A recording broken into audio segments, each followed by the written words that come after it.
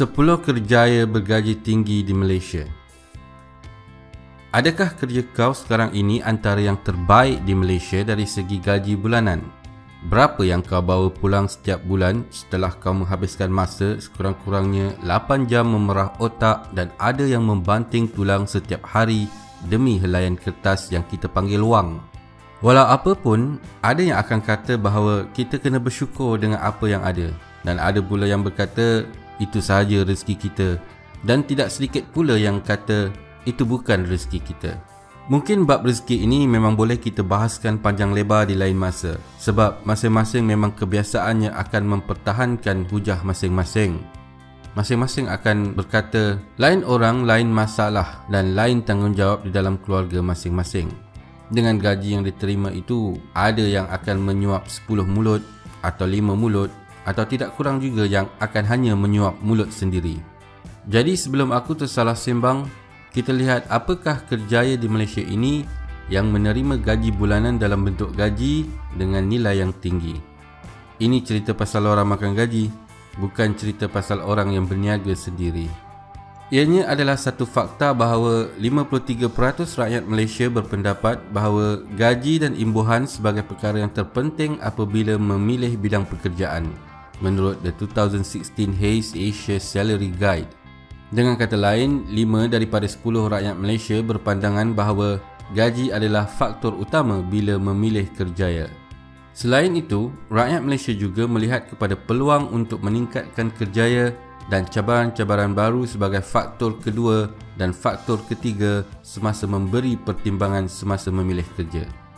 Walaupun gaji dilihat sebagai faktor terpenting bagi rakyat Malaysia, terdapat lebih daripada satu survei untuk menyokong fakta yang rakyat Malaysia secara umumnya tidak berpuas hati dengan gaji yang diterima. Satu survei daripada Salary Explorer mendedahkan bahawa rakyat Malaysia hanya skor 2.42 mata di dalam kepuasan terhadap gaji yang diterima, mata yang hanya lebih sedikit daripada purata sedunia iaitu 2.36. Nampaknya seluruh dunia merasakan gaji mereka tidak sepadan dengan beban kerja yang ditanggung untuk melangsaikan komitmen asas mereka setiap bulan. Survei daripada JobStreet pula bagi kepuasan kerja kaki tangan di Malaysia menunjukkan bahawa dari segi gaji, 61% daripada orang awam merasakan gaji mereka rendah atau tidak cukup untuk mereka hidup dengannya. Jadi, siapa yang menerima gaji dan imbuhan yang tinggi di Malaysia ni? Salary Explorer pada tahun lepas mendedahkan ranking kerja yang berpendapatan tinggi 2016, yang mana menyimpulkan pekerjaan-pekerjaan terbaik di dalam negara berdasarkan purata gaji bulanan. Tidaklah menghairankan semua kerjaya tersebut memberikan imbuhan gaji 5 angka sebulan. Jika dilihat kepada kerjaya 10 teratas ini, ianya ada sedikit persamaan, iaitu kelayakan pendidikan yang tinggi, kemahiran yang tinggi, bertahun-tahun pengalaman kerja dan kurang persaingan. Bagaimanapun, jangan lupa bahawa mereka yang dibayar dengan gaji yang sebegitu tinggi ini adalah disebabkan alasan-alasan yang ketara seperti waktu kerja yang panjang, tanggungjawab yang besar, kekerapan perjalanan yang tinggi, waktu kerja standby yang lama, atau dengan kata lain, tekanan kerja mereka yang bertambah.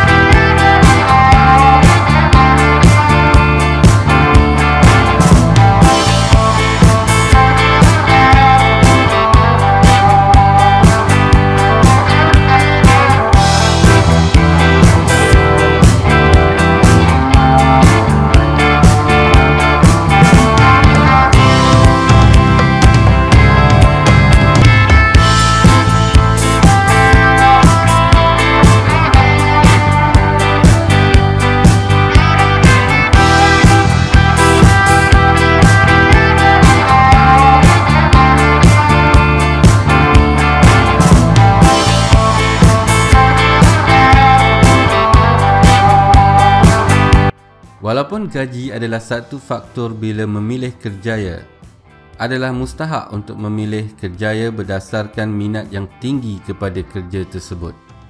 Sekiranya kau melakukan sesuatu yang kau memang berminat kepadanya, secara semula jadinya kau akan melakukan kerja tersebut dengan lebih bagus sekali.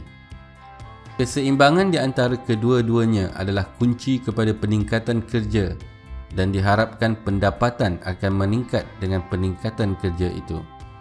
Harus diingat bahawa walau berapa tinggi pun kerjaya yang diterima, duit tidak boleh membeli kegembiraan.